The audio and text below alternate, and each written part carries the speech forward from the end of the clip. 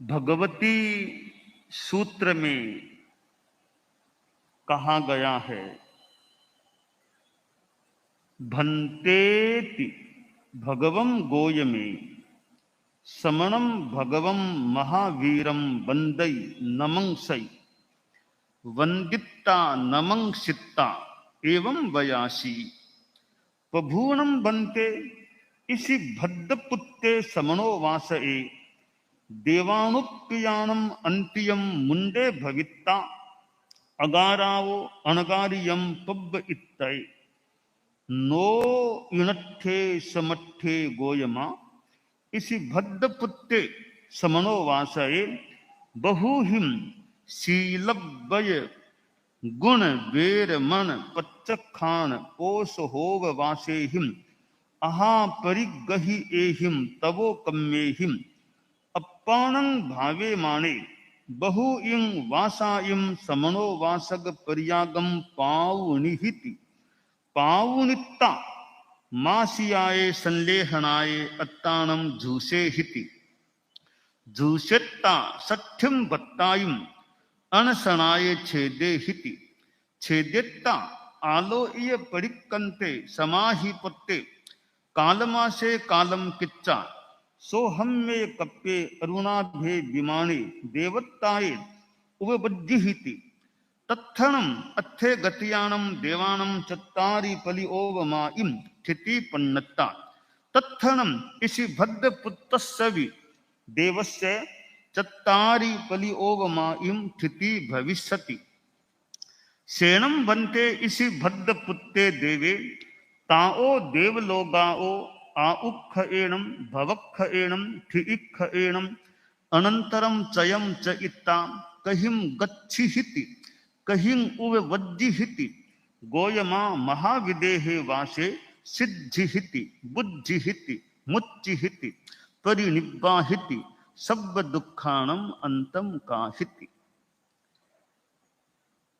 भगवती सूत्र में भगवान गौतम ने भगवान महावीर से एक प्रश्न पूछा, उस संदर्भ में कुछ वर्णन किया गया है और प्रश्न पूछने से पहले जो विनय भाव भगवान गौतम ने किया है कि वंदित्ता नमंसित्ता, भगवान गौतम स्वामी के लिए भी भगवान विशेषण लगाया गया है। भगवान महावीर तो कहते ही हैं हम लोग, पर गौतम स्वामी के लिए भी भगवम गोय में भगवान गौतम कहा गया है। तो गौतम स्वामी प्रश्न पूछने से पहले वंदन करते हैं, नमस्कार करते हैं। एक तरीका मानो हम सीख सकते हैं कि आराध्य जो बड़े गुरु आदि हैं, भगवान महावीर तो अभी हैं नहीं, जो बड़े हैं उनसे प्रश्न पूछें तो पहले वंदन करके नमस्कार करके फिर प्रश्न पूछना। तो गौतम स्वामी वंदन नमस्कार करके बोलते हैं कि भगवंते एक श्रमणोपासक के बारे में प्रश्न पूछा है कि एक श्रमणोपासक है, उसका नाम यानी ऋषि भद्र पुत्र उसे कहा गया है, ऋषि भद्र पुत्र, कि यह श्रमणोपासक ऋषि भद्र पुत्र है। वो आपके पास कभी मुंड होकर गार्हस्थ्य को छोड़कर अनगार बनेगा क्या, साधु बनेगा क्या? गौतम स्वामी इतने जो जैसा आगम्य है उसके आधार पर इतने प्रश्न पूछते थे, कभी तत्वज्ञान का प्रश्न, कभी किसी व्यक्ति के बारे में प्रश्न, मानो कोई प्रश्नकर्ता, कोई आदर्श प्रश्नकर्ता देखना हो तो गौतम स्वामी इतने प्रश्न पूछने वाले थे जो आगमों में वर्णन है उसके आधार पर कहा जा सकता है कि भगवान महावीर के जीवन में गौतम स्वामी से ज्यादा कोई प्रश्न करता रहा है क्या? एक आगमों में देखें, गौतम ने पूछा, गौतम ने पूछा, तो गौतम स्वामी एक पृच्छक प्रश्नकर्ता के रूप में हमारे सामने हैं और अनुमान लगा सकते हैं कि भगवान महावीर का भी ऐसा ही कोई साया था कि गौतम स्वामी बार बार प्रश्न करने का एक प्रयोग कर लेते थे। हर कोई तो भगवान महावीर के पास जाकर बार बार प्रश्न पूछे, कोई रोक दे, अभी बार बार मत आओ यहां पर। पर गौतम स्वामी को रोकने वाला भी तो कौन हो सकता था? इतने भगवान महावीर के मानो निकटवर्ती शिष्य थे, साधु थे, अंतेवासी शिष्य, निकटवर्ती, और मानो कि ज्यादा आसपास ही बैठे रहते होंगे, आसपास ही विराजते होंगे भगवान महावीर के। जब मन आया निकट आगे प्रश्न पूछ लिया। और भगवान महावीर भी कैसे कभी निषेध किया कि नहीं किया कि अभी नहीं, बाद में, अभी नहीं, ऐसा कभी फरमाया कि नहीं, पता नहीं। गौतम स्वामी कितने प्रश्न पूछते थे। एक आदमी के बारे में प्रश्न पूछ लिया कि वह श्रमणोपासक है, यानी श्रावक है, और वो आपके पास दीक्षा लेगा क्या? मुंड होकर अगारता से अनगारता में प्रवृजित होगा क्या? भगवान महावीर ने कहा, यह अर्थ समर्थ नहीं है, यह बात संभव नहीं है, वह मेरे पास साधु नहीं बनेगा। साधु तो नहीं बनेगा, पर गृहस्थ जीवन मानो जिस प्रकार जिएगा वो है कि उसका जीवन कैसा, कि श्रावक है तो श्रावकत्व, शील, व्रत, गुण, विरमण, प्रत्याख्यान, पौषधोपवास और अपने जो परिगृहित तपः कर्म हैं उनके द्वारा आत्मा को भावित करता हुआ वह बहुत वर्षों तक श्रमणोपासक पर्याय का पालन करेगा। कि साधु तो नहीं बनेगा, परंतु बहुत वर्षों तक वह श्रमणोपासक, श्रावक के रूप में, श्रमणोपासक के रूप में श्रमणोपासक पर्याय का पालन करेगा। यह बहुत वर्षों तक श्रमणोपासक के रूप में रहना भी अपने आप में एक अच्छी बात है। गृहस्थ तो दुनिया में बहुत है, परंतु एक व्रती आदमी होना, श्रमणोपासक होना, वह अपने आप में विशेष व्यक्ति की मानो पहचान होती है, लक्षण होता है। तो ये शील, व्रत, गुण, विरमण, प्रत्याख्यान, पौषधोपवास और यथा परिगृहित तपः कर्म,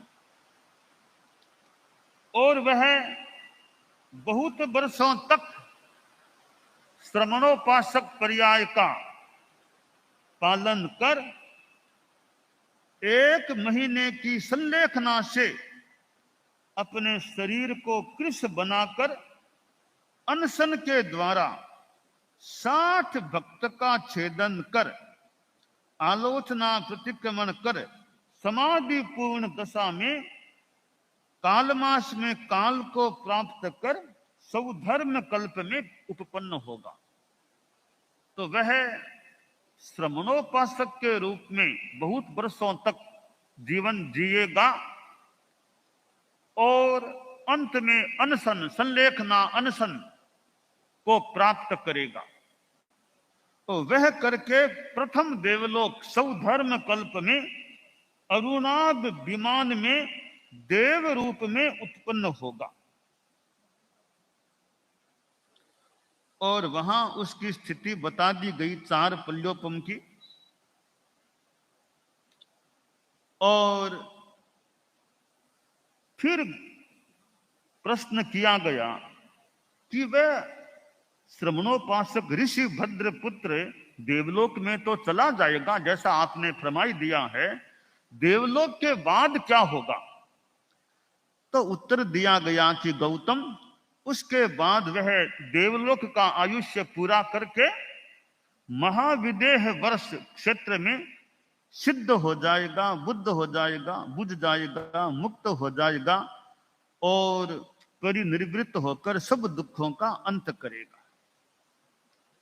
यह एक पर्टिकुलर श्रमणोपासक के बारे में गौतम स्वामी का प्रश्न या अनेक प्रश्न और भगवान महावीर द्वारा उत्तर दिए गए हैं। इस सूत्र से एक छोटा सा यह प्रसंग है, हम एक यह आइडिया लगा सकते हैं कि श्रावक का जीवन कैसा होना चाहिए। कि श्रावक है वो सामान्य गृहस्थ नहीं है। सामान्य गृहस्थ जो धर्म को जाने कि नहीं जाने, कुछ भी करे, कोई कंट्रोल नहीं, अव्रति हो सकता है। परंतु श्रमणोपासक है तो 2 शब्द हैं, श्रमण उपासक, कि वह श्रमणों का, साधुओं का उपासक है। साधुओं के आसपास उठ बैठ करने वाला, रहने वाला, यानी उसकी संगति भी कितनी बढ़िया होती है कि साधुओं की संगति। सत्संगत की बात आती है कि सत्संगत करो, सत्संग करो। यह सत्संग जिसमें साधु सन्यासियों का संग होता है, साधु सन्यासियों के पास बैठने का, बातचीत करने का अवसर मिलता है, प्रवचन सुनने का मौका मिलता है, तो यह कुछ देर का सत्संग भी एक कल्याण में सहायक बन सकता है। क्योंकि संगति किसकी हो रही है, संगति का भी प्रभाव पड़ सकता है जीवन पर। एक आदमी अच्छे लोगों के आसपास, उनके साथ रहता है तो उसके मनोभाव अच्छे बन सकते हैं। क्योंकि अच्छे लोग हैं, अच्छी बात कान में पड़ेगी, अच्छों को देखेगा तो आंखों में भी मानो अच्छी चीज आ रही है।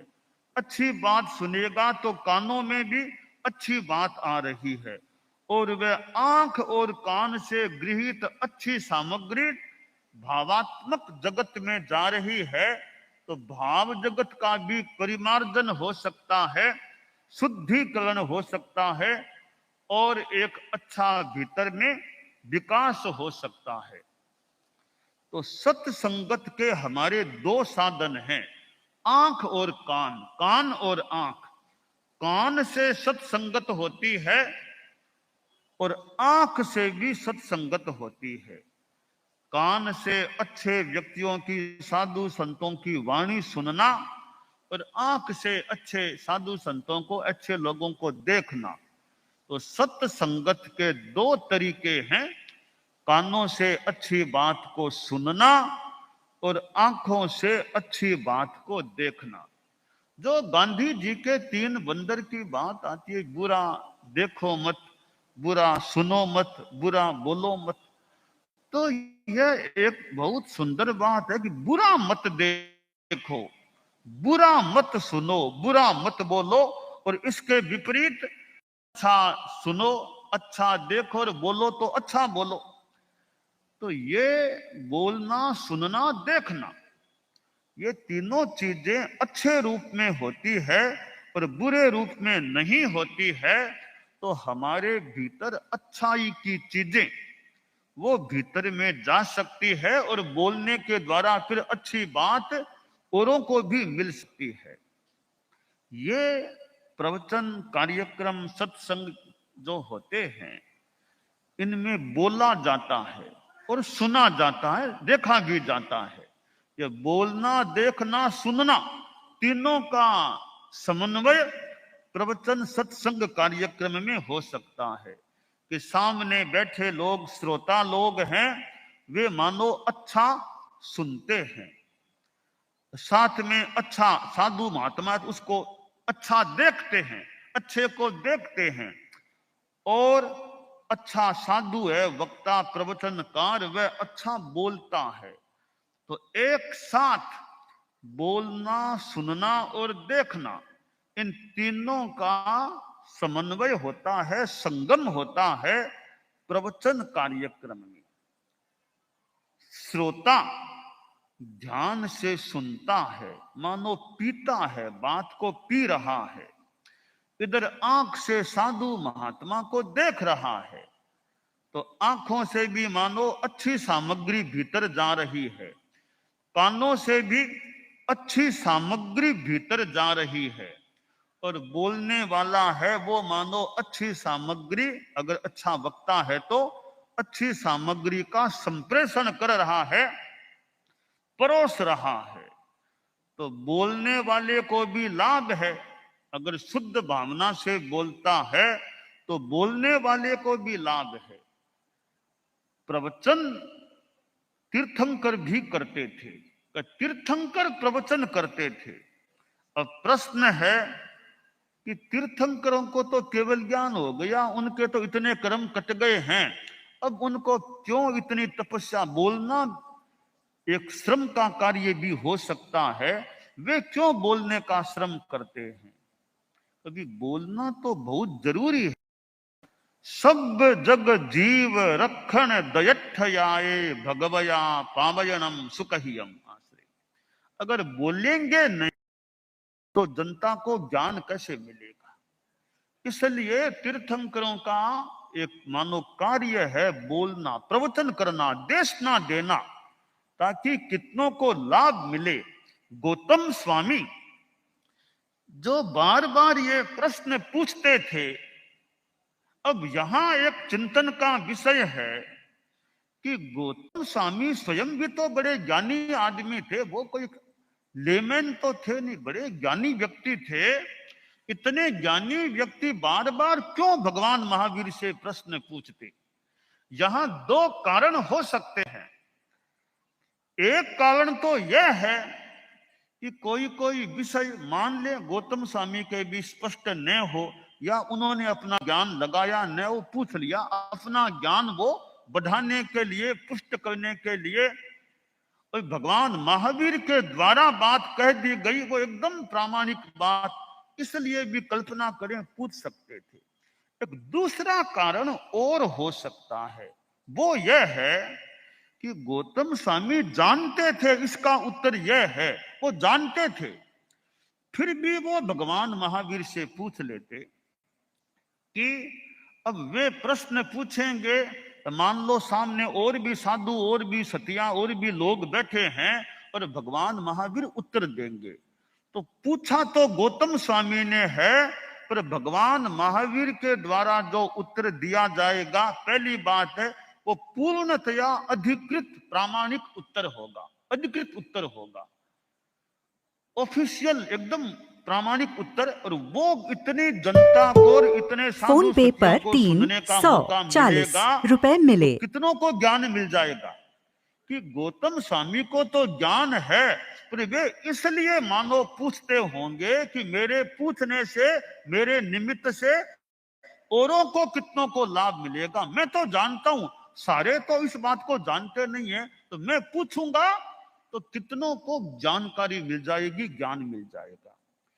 और हम कल्पना करें गौतम स्वामी ने पूछे और भगवान महावीर ने उत्तर दिए, ये आगम है, तो आज हजार हजार वर्षों के बाद भी हमें ज्ञान मिल रहा है। तो वो गौतम स्वामी ने पूछा, भगवान महावीर ने उत्तर दिया, वो संकलन है, आज हमें कितना ज्ञान इन आगमों से मिल जाता है। तो प्रश्नकर्ता स्वयं अज्ञानी है, जानता नहीं इसलिए भी पूछ सकता है, और जानकार होने पर भी बहुतों को ज्ञान मिल जाए, एक अधिकृत व्यक्ति के मुख से बात आ जाए, वो प्रामाणिक रूप में प्राप्त हो सकेगी। इसलिए भी कई बार प्रश्नकर्ता कोई प्रश्न परिषद आदि में पूछ सकता है। परम पूज्य आचार्य तुलसी, परम पूज्य आचार्य महाप्रज्ञ जी विराजते थे, और कभी कभी प्रेक्षा ध्यान शिविर में और में ऐसे प्रश्न भी होते थे और उनके उत्तर भी दिए जाते थे। तो और कभी कभी बड़े स्वयं कोई प्रश्न, स्वयं बड़े भी कभी प्रश्न पूछ ले, वो ज्ञान देने की दृष्टि से। मैं भूल न करूं तो एक बार गुरुदेव तुलसी दिल्ली में विराजमान थे। दिल्ली में अध्यात्म साधना केंद्र जो है वहां विराजे हुए थे। यह बात संभवतः सन 1994 की होनी चाहिए। तो वहां विराजे हुए थे और महाप्रज्ञ जी जो एक आचार्य रूप में घोषित हो चुके थे, संभवतः वे भी पास में थे। हम चारित्रात्माएं यूं गुरुदेव के आसपास बैठे थे, कोई गोष्ठी जैसा भी कुछ था, चारित्रात्माएं उपस्थित थे, सभा जुड़ी हुई थी। तो एक प्रश्न बड़ों की ओर से रखा गया। मैं यत्किंचित बोलने में, भाव में, भाषा में अंतर हो तो हो सकता है, बाकी मोटा मोटी बात यह है। प्रश्न यह पूछा गया कि उत्तरवर्ती आचार्य का क्या कर्तव्य होता है, उत्तरवर्ती आचार्य का क्या कर्तव्य होता है। तो हम लोग गुरुदेव के पास बैठे थे, तो मैं उत्तर देने वालों में एक, मैं भी उत्तर देने वालों में था। तो बात बात में गुरुदेव तुलसी ने वो प्रश्न पूछा गया, मैं उत्तर से देने वाला था, थोड़ा खड़ा हुआ होगा, तो गुरुदेव तुलसी के मुख से निकला, कोई उत्तरवर्ती आचार्य उत्तर दे, कोई उत्तरवर्ती आचार्य उत्तर दे। तो मैं बैठ गया, मैं तो बैठ गया, मैं क्यों खड़ा हूं, उत्तरवर्ती कौन है, मैं तो बैठ गया नीचे। तो बाद में वापिस इंगित का नहीं, खड़े हो जाओ, तुम बोलो बोलो तुम बोलो, तो गुज का तुम बोलो उत्तर दो। तो यह तो उनकी कृपा मान लें, कुछ भी मान लें कि बात गुरुदेव तुलसी ने फरमाया, कोई उत्तरवर्ती आचार्य उत्तर दे इस बात का। तो मैं फिर बोलने से रुक गया, मैं नहीं बोलना चाहता था। तो कहा नहीं खड़े हो जाओ, खड़े हो जाओ, बोलो बोलो बोलो। घटना याद आ रही है, मैंने अपने ढंग से उत्तर दिया। यह गुरुदेव या आचार्य की ओर से यह फरमाया गया कि उत्तरवर्ती आचार्य का एक कर्तव्य है अपने पूर्ववर्ती आचार्यों को, मतलब उनकी महिमा बढ़ाना, उनको प्रतिष्ठित करना, उनके गौरव को बढ़ाना। यह भाव है बात का, वो उत्तरवर्ती का कर्तव्य होता है कि उत्तरवर्ती है वो अपने पूर्ववर्ती जो आचार्य हैं उनकी गरिमा को बढ़ाना, उनके महात्म्य को बढ़ाना, उनको उजागर करना, यह उत्तरवर्ती का कर्तव्य होता है। तो अब यह प्रश्नोत्तर का क्रम चला, कभी बड़े स्वयं पूछ ले, तो एक बात जो फरमाई, कभी उत्तरवर्ती का कर्तव्य है वो पिछले अपने पूर्ववर्ती का एक मान सम्मान रखना, प्रतिष्ठा रखना, गरिमा रखना, उनकी यानी उनके कार्य को जितना आगे बढ़ाना, करना, काम करना, तो उत्तरवर्ती का कर्तव्य होता है। तो यह एक सुंदर शिक्षा है कि भाई जो उत्तरवर्ती हो वो अपने पूर्ववर्तियों ने जो कार्य किया है, शुरू किए हैं, और उनकी गरिमा, उनकी महिमा, उसको भी जितना उचित हो बढ़ाने का प्रयास करे कि यथा अवसर अपने पूर्ववर्ती आचार्यों का नामोल्लेख करे, उनका नाम लेता रहे यदा जब जब मौका लगे, यानी पूर्ववर्तियों के प्रति एक विनय सम्मान का भाव, और उनके द्वारा जो काम शुरू किए गए हैं, उन्होंने जो शिक्षाएं दी हैं, उनको यदा कदा बताए तो औरों को शिक्षा भी मिले। तो पूर्ववर्तियों ने जो कार्य किया है, शिक्षाएं दी है, तो आखिर वो आगे भी तो काम आनी चाहिए ना। ऐसा नहीं कि वो नहीं रहे तो सारी बात संपन्न है। तो पूर्ववर्तियों की प्रतिष्ठा को बढ़ाना, उनका साहित्य है, उनका वांग्मय है, वो कैसे हमारे काम में आए, कैसे अच्छी तरह से रहे, तो वो सारा पूर्ववर्ती आचार्यों का एक तरह से महिमा मंडन है, प्रतिष्ठापन है। तो वो कार्य भी उत्तरवर्ती का होना चाहिए। तो यह प्रश्न और उत्तर भगवती सूत्र में जो ये गौतम स्वामी ने यूं प्रश्न पूछे हैं और भगवान महावीर ने उत्तर दिए हैं, तो गौतम स्वामी कोई सारी बातों से अज्ञ थे ऐसा होना जरूरी नहीं भी हो। यह भी कारण हो सकता है कि गौतम स्वामी ने सोचा होगा मैं पूछूंगा तो कितनों को उत्तर मिल जाएगा, कितनों को जो नहीं जानते हैं को भी जानकारी मिल सकेगी।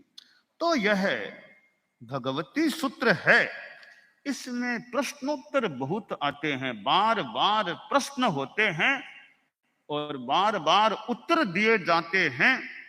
और प्रश्नोत्तर के माध्यम से बहुत जानकारियां, तत्व ज्ञान की जानकारियां, देवलौकिक और की कर्मों के बारे में कितनी कितनी सैद्धांतिक जानकारियां इस भगवती सूत्र में हमें प्राप्त हो जाती है। और परम पूज्य आचार्य तुलसी ने ये आगमों को संपादित करने का जो कार्य शुरू किया, आज हमारे पास यह भगवती सूत्र है। अब यह एक तरह से गुरुदेव तुलसी का मानो शुरू किया हुआ जो काम था, तब हमारे हाथ में आज भगवती सूत्र है। 32 आगम जो हमारे यहाँ मान्य है, 32 के 32 मूल टेक्स्ट जो पाठ है वो 32 सभी का प्रकाशित हो चुका, बहुत वर्षों पहले ही वो प्रकाशित हो चुका है। मूल जो पाठ है, मूल प्राकृत जो मूल वाणी है, वो तो हमारी कभी की प्रकाशित हो चुकी है। और उसके बाद यह दूसरी एक सीरीज है कि मूल पाठ तो यह प्राकृत भाषा तो आम जनता के तो समझ में प्राय आनी मुश्किल है, उसका हिंदी में अनुवाद हो, संस्कृत भाषा में भी उसकी छाया हो, और फिर व्याख्या टिप्पण भाष्य वो हो, तो पाठक को काफी अच्छी जानकारी मिल सकती है। तो हमारे यहाँ जो ये आगम हैं, काफी आगम इस रूप में सामने आ गए हैं कि मूल पाठ भी है, इसके पास संस्कृत भी है, इसके पास हिंदी अनुवाद भी है, और आगे हिंदी में भाष्य आदि, भाष्य कह दें टिप्पण वो भी है, और अनेक अंग्रेजी भी अनुदित हैं। और आचारांग सूत्र पर तो संस्कृत भाषा में महाप्रज्ञ जी गुरुदेव ने भाष्य तैयार किया, संस्कृत भाषा में भाष्य तैयार किया, उसका भी अनुवाद हो गया, वो भी हिंदी अंग्रेजी में भी प्राप्त।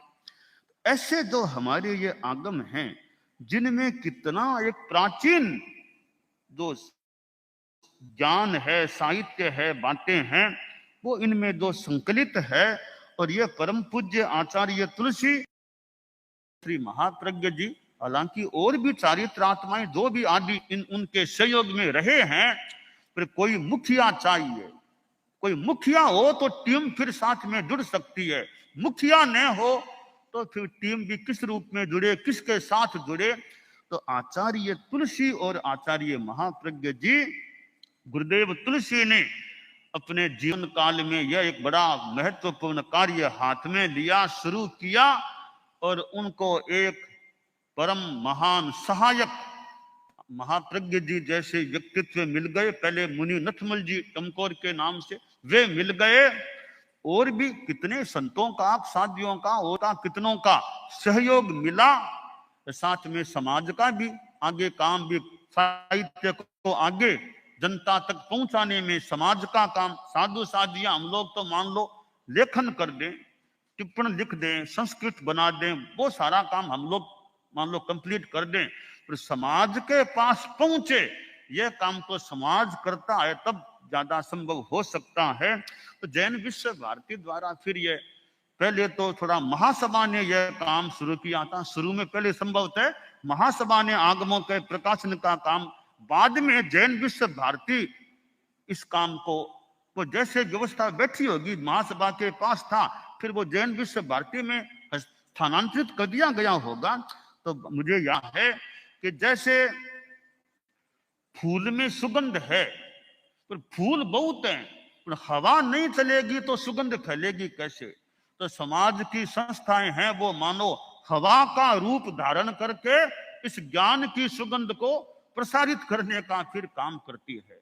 तो ये आगम जो हैं, यहां जो भगवती सूत्र में यह श्रमणोपासक के बारे में जो बताया गया है कि वो ऋषि भद्र पुत्र श्रमणोपासक था, वो साधु तो नहीं बनेगा, परंतु जीवन अच्छा उसका रहेगा, श्रमणोपासक रहेगा, क्योंकि जीवन में तपह कर्म भी होगा, प्रत्याख्यान भी होगा, पौषधोपवास भी होगा, और भी शील व्रत गुण बिरमण ये चीजें होगी।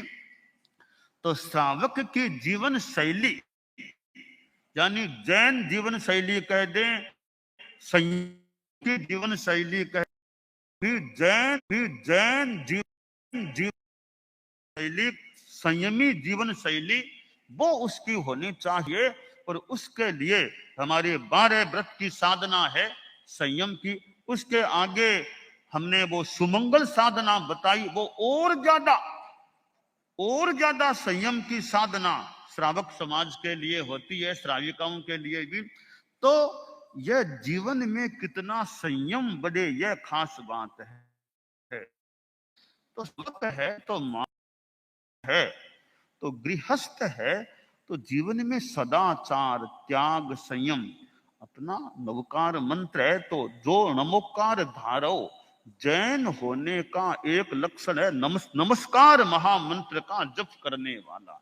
और जिस धर्म को आदमी मानता है, जिस धर्म का अनुयायी है, उसका जो नियम, जो उपासना, जो पद्धति है, उसको भी समझना जानना करना वो एक बात होती है। तो जैन धर्म में यह नवकार मंत्र का जप, छोटे छोटे बच्चे, हमारी ज्ञानशालाएं चलती हैं, तो बच्चों को एक बहुत अच्छा एक उपक्रम है संस्कार देने का, ज्ञान देने का, कि आज कितने कितने छोटे छोटे बच्चे हैं, उनको पूछो लोगस से, हाँ ज्ञानशाला में गए थे, ज्ञानशाला में जाते हैं तो वो उनको 25 बोल का कोई बोल, कभी कोई भक्तामर, कभी कोई लोगस का पाठ, क्योंकि ज्ञानशाला में जाते हैं, छोटी छोटी चीजें हैं, वंदना करो तो बच्चे खुदों से अच्छी तरह अपनी वंदना कर लेते हैं। ये संस्कार कहाँ से आए?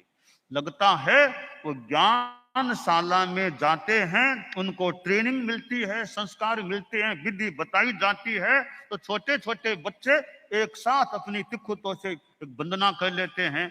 और भी कभी कोई भक्तामर का पाठ, कोई 25 बोल, ऐसी चीजें भी बच्चों को याद भी कईयों दान है कि बाल पीढ़ी में अच्छे संस्कार आ रहे हैं। यह बहुत ही महत्वपूर्ण कार्य है कि बाल पीढ़ी को इस प्रकार ये संस्कार दिए जाते हैं।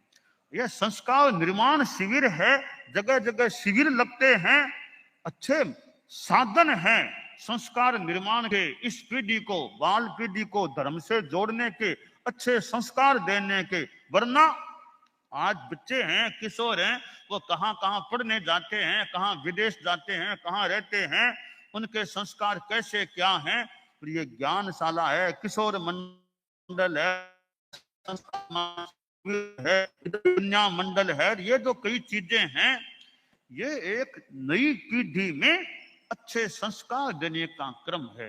ये छोटे छोटे जो समाज में उपक्रम चल रहे हैं, अब ये किशोर मंडल, ये किशोर नई अवस्था, इतना जीवन में उमंग काम करने का, पढ़ने का, इधर उधर जाने का, ऐसी अवस्था में धर्म के संस्कार मिलते हैं, एक संयम की बात जानने को मिलती है, तो हो सकता है अनेक बुराइयों से वे बच के रह जाएं।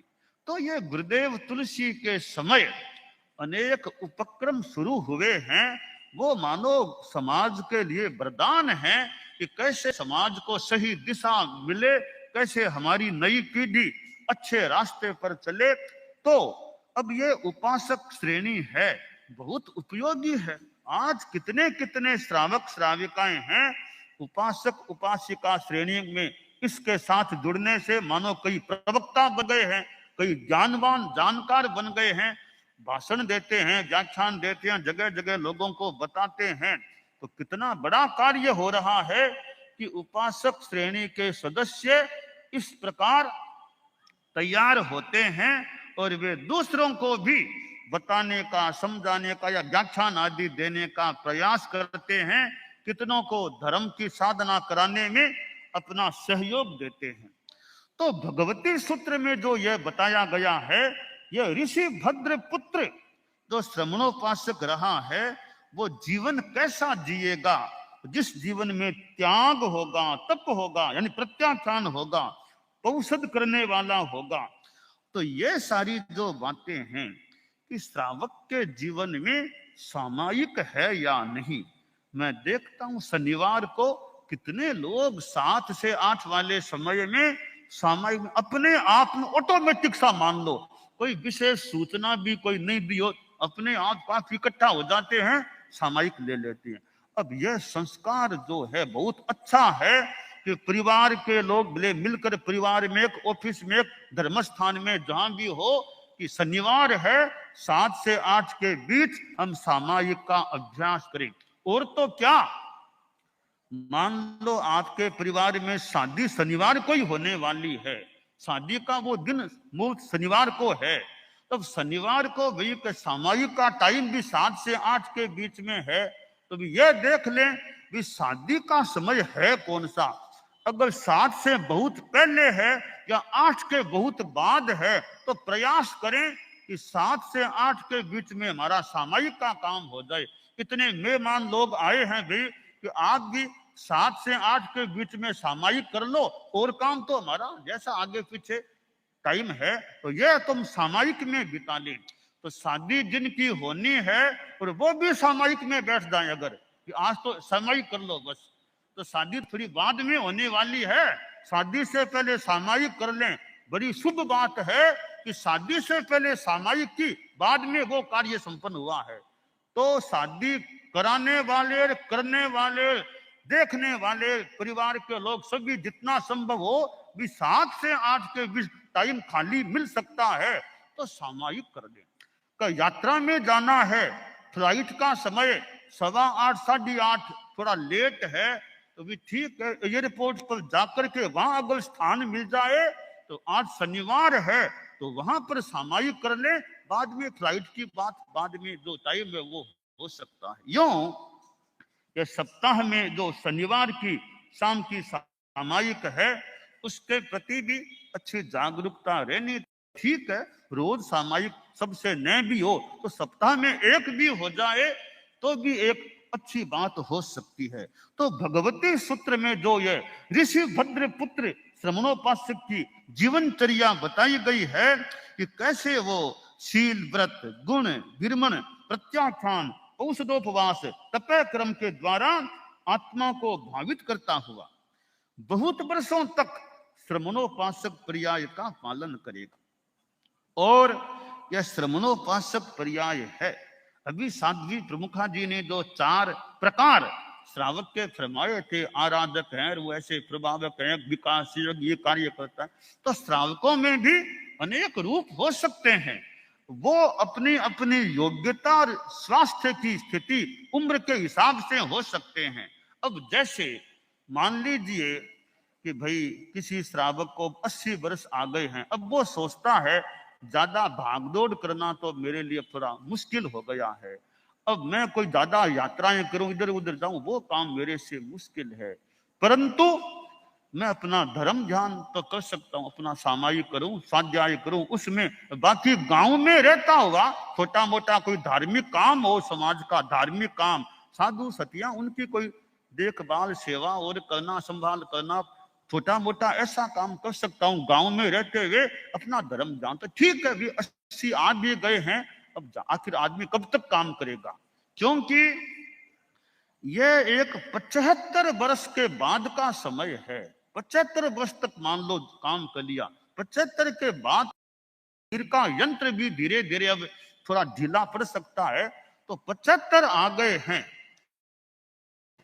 उसके बाद अपना ज्यादा थोड़ा वो आराधक श्रावक का रूप ज्यादा अपना धर्म ध्यान तपस्या जाप उसमें ज्यादा करें। थोड़ा बहुत लोकल में जो थोड़ा बहुत काम हो, कोई धार्मिक काम है संस्था में समाज में, वो थोड़ा मान लो काम भी कर दे, बाकी धर्म ध्यान करें।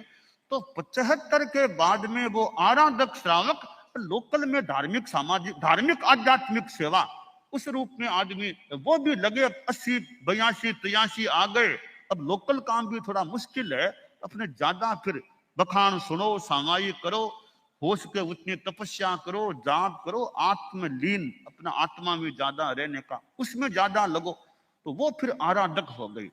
अब जो एक अभी उम्र ठीक है 50 60 62, अभी स्वास्थ्य भी ठीक है, तो भले कार्यकर्ता के रूप में धार्मिक आध्यात्मिक सेवा देने का प्रयास करें।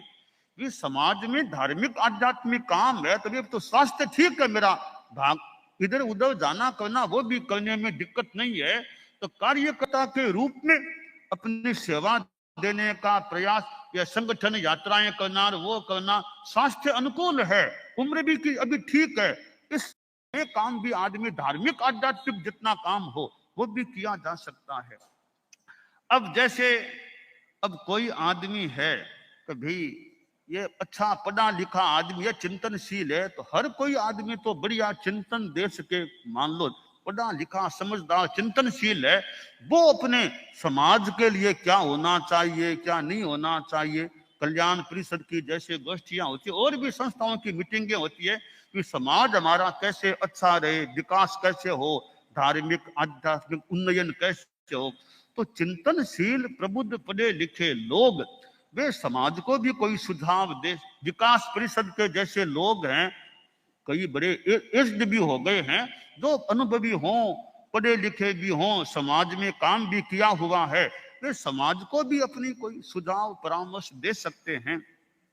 तो इस प्रकार कि समाज धर्म के विकास में सहयोगी बने, जितना आध्यात्मिक धार्मिक सहयोग दे सके वो सहयोग देने का प्रयास करें। तो इस प्रकार जो ये 4 प्रकार साध्वी प्रमुखता जी ने संभवतः आचार्य श्री महाप्रज्ञ जी के द्वारा बताए गए थे, वो जो कोट या उद्धृत किए हैं, यानी समाज में अनेक प्रकार के, सारे एक प्रकार के हों जरूरी नहीं, द्रव्य क्षेत्र काल भाव देख करके अपने आप को नियोजित करना चाहिए।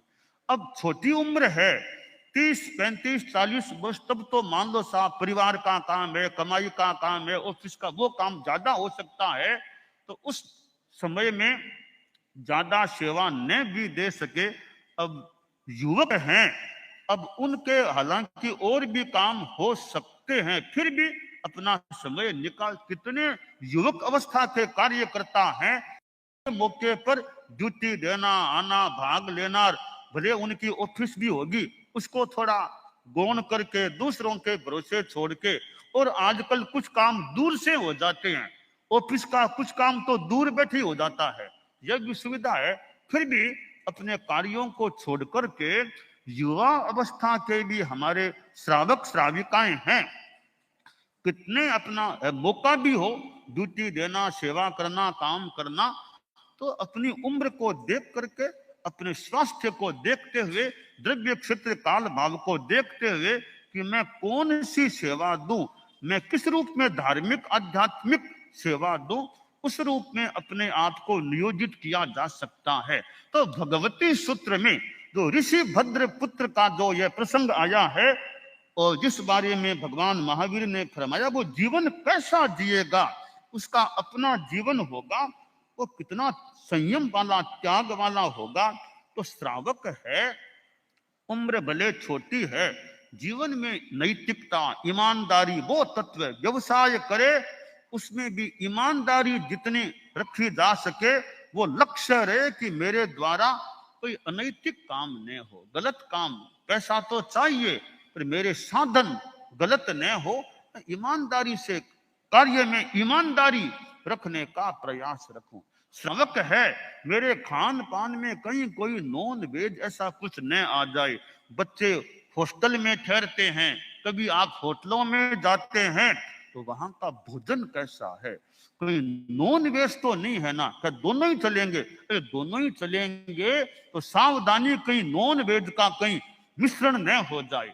तो ये उम्र भले छोटी हो पर नॉन वेज न हो, ईमानदारी जीवन में हो, अच्छे संस्कार हो, और सेवा जितनी धार्मिक आध्यात्मिक अपने समाज को सेवा दे सके और समाज दूसरों को भी धार्मिक आध्यात्मिक कोई सेवा दे सके, तो मानव मानव हैं, जितनी दूसरों की कल्याणी सेवा कर सके। परम पूज्य आचार्य तुलसी आचार्य महाप्रज्ञ जी थे, अब उन्होंने तेरा पंथ की तो सेवा की ही थी, दूसरों की भी सेवा की। अनुव्रत, प्रेक्षा, ध्यान, जीवन विज्ञान आदि ये चीजें हैं, उन्होंने मानवता दूसरों को भी अपनी सेवा देने का प्रयास किया। और ये आगम है, वो तेरा पंथ के तो काम के हैं ही हैं, और भी कितने लोग इन आगमों को पढ़ते होंगे, काम में लेते होंगे, तो दूसरों की भी मानो एक सेवा हो रही है कि दूसरों को भी ये आगम पढ़ने को मानो प्राप्त हो रहे होंगे। तो इतना साहित्य का सृजन हुआ है, तो कितने गैर तेरापंथी अजैन लोग भी साहित्य को पढ़ते होंगे। आचार्य श्री महाप्रज्ञ जी का साहित्य है, गुरुदेव तुलसी का भी साहित्य है, और भी साहित्य है, कितने लोगों के पढ़ने में काम आता होगा। यह भी एक प्रकार की सेवा है। तो भगवती सूत्र में जो कहा गया है, ऋषि भद्र पुत्र श्रमणोपासक अनशन करेगा, कि श्रावक ये सोचे अब जीवन जिया है, जी रहा हूं, अब लगता है अब शरीर ज्यादा दिखने वाला नहीं है, अब ये उत्तर देने के निकट आ रहा है, तो शरीर उत्तर दे उससे पहले मैं उत्तर दे दूं इसको। शरीर मुझे उत्तर दे इससे पहले मैं उत्तर दे दूं, मैं अपनी तपस्या साधना में लगूं और समाधि पूर्ण अवस्था में इस शरीर से आत्मा का निष्क्रमण हो, तो वह भी साधना मुझे करनी है। इसलिए श्रमणोपासक है वो ये भी लक्ष्य रखे, भी जब कभी मौका आ जाए लगे। अब जैसे अब किसी के असाध्य बीमारी मान लो लग गई, किसी के क्यों लगे, लग गई है मान लो, लेकिन अब शरीर डॉक्टरों ने भी कह दिया अब कोई ज्यादा कोई है नहीं आशा, सोचे कि जितना मैं धर्म में तपस्या में लगूं, डॉक्टरों के हॉस्पिटल में ज्यादा न रहना पड़े, अब अपने बस धर्म में अपना समय बीते, तो बाकी तो हाथ की बात नहीं है। अंतिम समय हॉस्पिटल में न आए, अंतिम समय बस अपने धर्म के रूप में आए। हॉस्पिटल में तो कौन कितना धर्म का कराए, अपने घर में हो तो लोग कोई धर्म भी सुना दे कर दे। साध्वी प्रमुखा कनक प्रभा जी थी तो अस्वस्थ हो गई थी, यही निर्णय किया इनको अपने धर्म का दादा कराएं, उनको अध्यात्म साधना केंद्र में रखा गया, हम लोग उनके आसपास थे, ज्यादा इनका धर्म में समय बीते। तो जीवन में ऐसी स्थिति दुर्भाग्य से आ जाए कि अब वो ज्यादा कोई नहीं है जीवन की, डॉक्टरों ने जवाब भी दे दिया है, फिर तो और ज्यादा अपनी तपस्या में संलेखना और का ध्यान देना चाहिए। अब मेरा अंतिम सार निकाल लूं, इस शरीर का सार निकाल लूं, अपने आत्मा का कल्याण करने में इस शरीर का उपयोग करूं। तो भगवती सूत्र में जो यह ऋषि भद्र पुत्र की बात आई है कि उसने 60 भक्त का छेदन कर लगभग मान लो 1 महीने का यह अनशन जो भी करके और आयुष्य को पूरा किया। जीवन जीने की जीवन शैली है तो मरने की भी शैली, मरना किस तरीके से, रोते रोते नहीं, डॉक्टरों के घेरे में नहीं, बाकी तो हाथ की बात नहीं है कब क्या हो जाए, अच्छा हॉस्पिटल में नहीं, बस धर्म के माहौल में अंतिम श्वास आए, अनशन के रूप अवस्था में अनशन के काल में आए और समाधि रूप में रहते रहते बिना कोई हाय तो वहां शांति समता भाव की स्थिति, प्राण छूटे और यह विनश्वर देह छूटे। तो ऋषि भद्र पुत्र ने अनशन किया, यानी अंतिम समय भी उसका कितना धार्मिकता के रूप में, और वहां से फिर वह देवगति में गया है। और देखिए, श्रमणोपासक था, साधु नहीं बना था, फिर भी देवलोक में जाकर के वापिस मनुष्य गति में आता है और महाविद्य में सिद्धत्व को भी फिर वहां से सिद्ध गति को प्राप्त कर लेते। इसका मतलब है कि श्रावक भी कितना कल्याण कर सकता है। एक श्रावक भी श्रावकत्व को पाल करके एक जन्म अगले में देवगति में, फिर अगले में मनुष्य बनकर के मोक्ष में चला जाए तो कितनी बड़ी अच्छी सफलता है कि श्रावक ने भी मोक्ष को प्राप्त कर लिया। तो भगवती सूत्र में जो ऋषि भद्र पुत्र का एक जीवन का क्रम बताया गया है, वो श्रावक समाज के लिए एक मानो आदर्श है, एक अनुसरणीय अनुकरणीय है कि श्रावक जीवन जिए तो भी कितना हम कैसे त्याग संयम का जीवन जिए, और जब लगे अंतिम समय आ गया निकट तो फिर अपनी आत्मा का अनशन संलेखना के द्वारा भी उद्धार करने का प्रयास करें। तो साधुपना आ जाए, यह तो बहुत ही बढ़िया बात है। सबको साधुपना आना तो एक मुश्किल बात है, हर श्रावक को साधुपना आना मुश्किल बात है। फिर भी अपना गृहस्थ जीवन में रहते हुए आज तो इतने और सुविधाएं हैं कि भाई मान लो घर में नहीं तो आज इतने स्थान हैं समाज में, जैन विश्व भारती में अपना एक स्थान है, और भी जगह जगह कितनी संस्थाएं हैं जहाँ स्थान है रहने के भी मान लो सुविधाएं मिलती हो। वहां दिल्ली में क्या, लाडनो क्या, मेवाड़ क्या, गुजरात क्या, जगह जगह यूं कई जगह स्थान है, वहां रह के अपनी साधना करो। अपना बस ज्यादा कमाई का काम है नहीं, अपना रहो, धर्म ध्यान करो, साधु सत्य उनकी सेवा उपासना कर लो, आगम आदि स्वाध्याय करो, तपस्या करो, जप तप करो, शांति समाधि से रहो। तो ऐसे चित्त समाधि केंद्र जहाँ चित्त समाधि के साथ रहें, धर्म ध्यान करें, हो सके उतना धार्मिक आध्यात्मिक सेवा दे सके तो वो दें, बाकी चित्त समाधि में रहना हो जाए। तो यह चित्त समाधि केंद्र की जो बात है कि जो श्रावक श्राविकाएं अब थोड़ा साधना में जीवन बिताना चाहते हैं, साधुपना दीक्षा उनको आ नहीं पा रही है, वो अपना एक साधना साधक का जीवन जिए, घर से थोड़ा मुक्त होकर के ऐसे धर्म के माहौल में रहें जहां एक धर्म का अच्छा अनुकूल वातावरण मिल जाए और जहां बात अच्छी स्वास्थ्य संबंधी भी अनुकूलताएं हो, परिसर भी अच्छा हो, ऐसे स्थानों में रह करके वे धर्म की साधना करें, हो सके उतना अपना धार्मिक आध्यात्मिक सेवा देने का भी रुझान रखें, तो एक उनके जीवन के लिए वो अच्छी बात हो सकती है।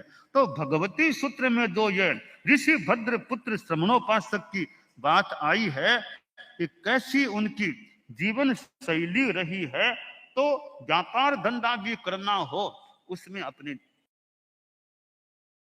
रहे और अपना शांतिमय सेवा की भावना, आध्यात्मिक धार्मिक सेवा करने का रुझान हो, तो ऐसा भाव और श्रावक श्राविकाएं जिनको चारित्रात्माओं का भी मौका मिलता है वो चारित्रात्माओं की भी धार्मिक आध्यात्मिक सेवा का प्रयास करें, क्योंकि श्रावक श्राविकाएं हैं वे चारित्रात्माओं की भी सेवा का लाभ लेने वाले हो सकते हैं।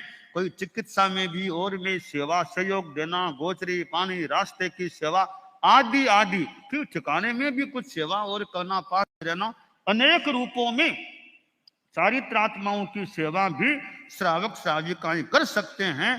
तो यह एक धर्म का जीवन, अच्छा जीवन में मानव जीवन मिला है।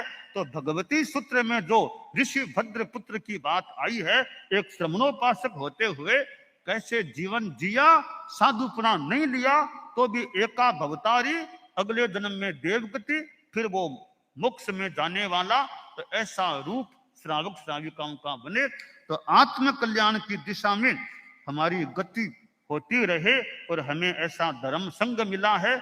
आचार्य भिक्षु से जुड़ा हुआ यह धर्म संघ, इतनी हमारी आचार्य परंपरा उज्ज्वलतामय, और गुरुदेव तुलसी आचार्य महाप्रज्ञ जी जैसे गुरु हमें निकट अतीत में मिले हैं, ऐसे गुरुओं की भी जो शिक्षाएं हमें मिली हों, हम उनको भी अपने जीवन में उतारने का यथोचित प्रयास रखें, अच्छा काम करें, आत्मा का कल्याण करें, यह काम्य है। दानान शिष्ठम अभयपयाम सच्चे सुयान वज्जं वयंती तवे सुया उत्तम बम्बचेरम लोगुत्तमे समने